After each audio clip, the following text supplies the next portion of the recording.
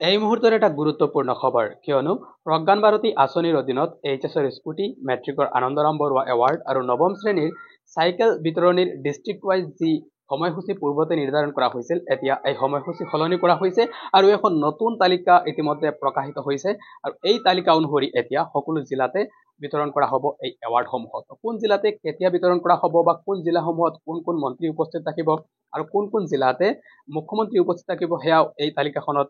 উল্লেখ কৰা হৈছে যেনে আপোনালোকে ইয়াতে প্ৰত্যক্ষ কৰিব লিখা আছে চেৰিমনিয়েল ডিষ্ট্ৰিবিউচন প্ৰগ্ৰাম HCM প্ৰগ্ৰাম ইয়াতে পৃথককৈ দিয়া আছে যে কোন কোন জিলাত মুখ্যমন্ত্ৰী উপস্থিত থাকিব ইয়াতে আজিৰ দিনটোতে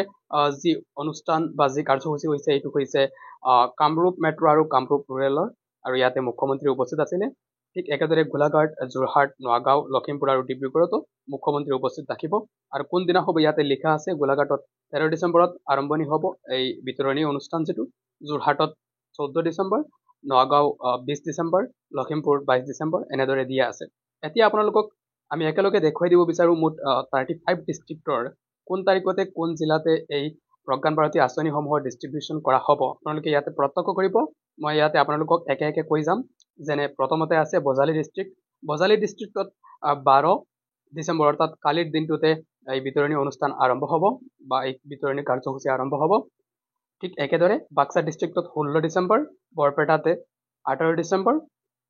বিশ্বনাথ 20 ডিচেম্বৰ দৰং ডিষ্ট্ৰিক্টত 16 ডিচেম্বৰত কাৰ্যসূচী আৰম্ভ হ'ব এই বিতৰণী কাৰ্যসূচী ধেমাজি ডিষ্ট্ৰিক্টত হ'ব 13 ডিচেম্বৰ আৰু ইয়াতে কাষতে আপোনালোকে দেখিবলৈ পাব ইয়াতে লিখা আছে ইয়াতে কোনজন মন্ত্ৰী উপস্থিত থাকিব এই অনুষ্ঠানত ইয়াতে ৰণোজ পেগু ডাঙৰীয়া উপস্থিত থাকিব ঠিক একেদৰে সকলো জিলাতে দিয়া আছে যে কোন জিলাতে কোন মন্ত্ৰী উপস্থিত থাকিব তাৰ পিছতে ধেমাজিৰ পিছতে আছে ধুবুৰী জিলাত 18 ডিচেম্বৰ তাৰিখে এই কাৰ্যসূচী আৰম্ভ হ'ব ডিব্ৰুগড়ত 23 ডিচেম্বৰ ডিমা হাছাও 13 ডিচেম্বৰ তাৰিখে কাৰ্যসূচী আৰম্ভ হ'ব গোৱালপাৰা ডিষ্ট্ৰিক্টত 16 ডিচেম্বৰ গোলাঘাট 12 ডিচেম্বৰ হাইলাকান্দি 14 ডিচেম্বৰ আৰু হোজাই ডিষ্ট্ৰিক্টত 20 ডিচেম্বৰ যোৰহাট ডিষ্ট্ৰিক্টত 11 ডিচেম্বৰত এই বিতৰণী কাৰ্যসূচী আৰম্ভ হ'ব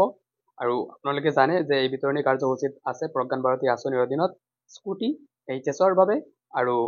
আনন্দৰাম বৰুৱা এৱাৰ্ড মেট্ৰিকৰ ছাত্ৰ ছাত্ৰীসকলৰ বাবে আৰু চাইকেল নৱম শ্ৰেণীৰ ছাত্ৰ ছাত্ৰীসকলৰ বাবে এই তিনিটা একেলগে এই যিটো কাৰ্যসূচীত এইটোত থাকিব তাৰপিছতে আছে যোৰহাট 11 ডিচেম্বৰ যেটো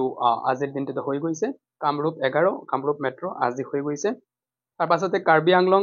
13 ডিচেম্বৰ কোকৰাঝাৰ 13 ডিচেম্বৰ লখিমপুৰত 21 ডিচেম্বৰত মাজুলী 16 ডিচেম্বৰত আৰু মৰিগাঁও ডিষ্ট্ৰিক্টত 13 ডিচেম্বৰত ইয়াৰ কাৰ্যসূচী আৰম্ভ হ'ব নগাঁও ডিষ্ট্ৰিক্টত 20 ডিচেম্বৰ নলবাৰী 12 ডিচেম্বৰ শিৱসাগৰত 18 ডিচেম্বৰ শোণিতপুৰ 18 ডিচেম্বৰ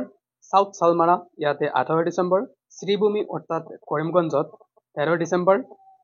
তামুলপুৰ 13 ডিচেম্বৰ তিনচুকীয়া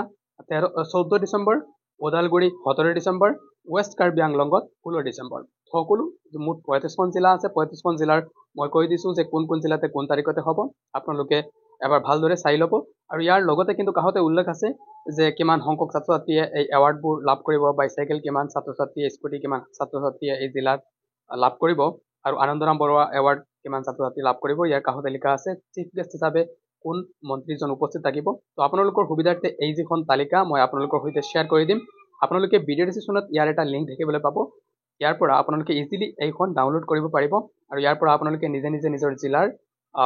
দেখিব পাৰিব কোন তাৰিখত বা কোনজন মন্ত্ৰী আহিব তো আপোনালোকে এই যিটো অনুষ্ঠান ইয়াতে উপস্থিত থাকিব পাৰে আৰু যদি আপোনালোকৰ বিশেষ কোনো ধৰণৰ অসুবিধা থাকে আপোনালোকে ইয়াতে উপস্থিত নাথাকিলেও হ'ব আপোনালোকৰ কোনো এজন গাৰ্জেণ্টক পঠাই দিব পাৰে তো আপোনালোকৰ যোৱাটো যে একেবাৰে প্ৰয়োজন এনে নহয় আপোনালোকৰ যদি বেছি কোনো অসুবিধা থাকে বা কোনো প্ৰব্লেম থাকে তেনে ক্ষেত্ৰত আপোনালোকে